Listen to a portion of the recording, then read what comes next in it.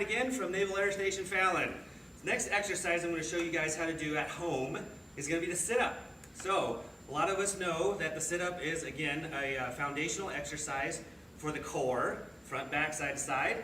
And we need to be able to do this for our PRTs. Okay, so a lot of us are intimately aware of the sit-up and its importance in our Navy lifestyle. So, I have a piece of equipment here that's going to hold my feet down. But at home right now, during all this craziness, have the husband, the wife, boyfriend, girlfriend, get the kids on your feet, get that lazy dog that isn't doing anything either, have them hold down your feet, a couch, end table, whatever you got. In this case, I have a ab bench that we have here at the gym. We've got a couple of these, and these are amazing, so if you don't have a workout partner with you, get under this bench here, and it will hold your feet down. All right? So, we're going to get down on the floor. Knees, 90-degree angle, hips should be at a 90-degree angle as well. So we're going to get down. For PRT purposes, our hands are going to be gently laid across our chest. And we can't lift our hands off our chest during the actual test, but if you're just doing this for recreational purposes, working out at home, we don't need to be necessarily as strict. So what we're going to do is we're going to curl up first. We're going to curl your core first, and then you're going to engage those hip flexors to bring those elbows up to your knees, just like that. Nice and slow.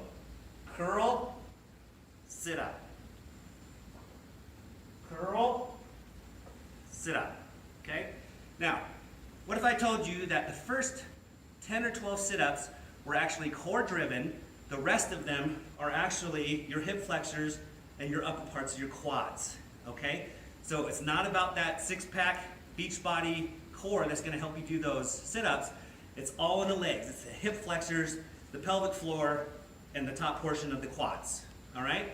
So, leg exercises, hip flexor exercises, we're going to do some of those later, but those are going to be worth their weight in gold to help you guys do your sit-ups. All right?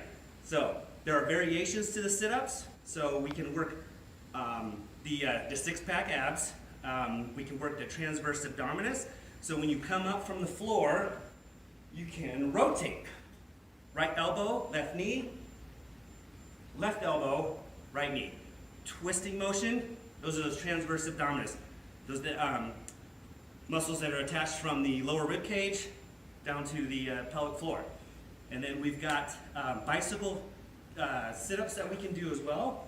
So you come out of your stabilizing foot weights there. We come back to the back of our head, gently have your fingers on the back of your head, so we're not pulling ourselves up like this. We're just supporting our hands behind our heads to get that range of motion. And then we go right arm, left knee, left arm, right knee. So again, we're working those transverse abdominis, and now we're getting those hip flexors involved in this movement, which these are the primary drivers of the sit-up. We can also do this standing. So, again, very gently, fingertips to the back of the head. Boom, just like that. Opposing limbs, elbows to knees. We're getting those hip flexors going. We can also do the side bends, okay? Or, excuse me, side rotations. So down to the floor, we're getting that rotation in the core, boom, down to the toes.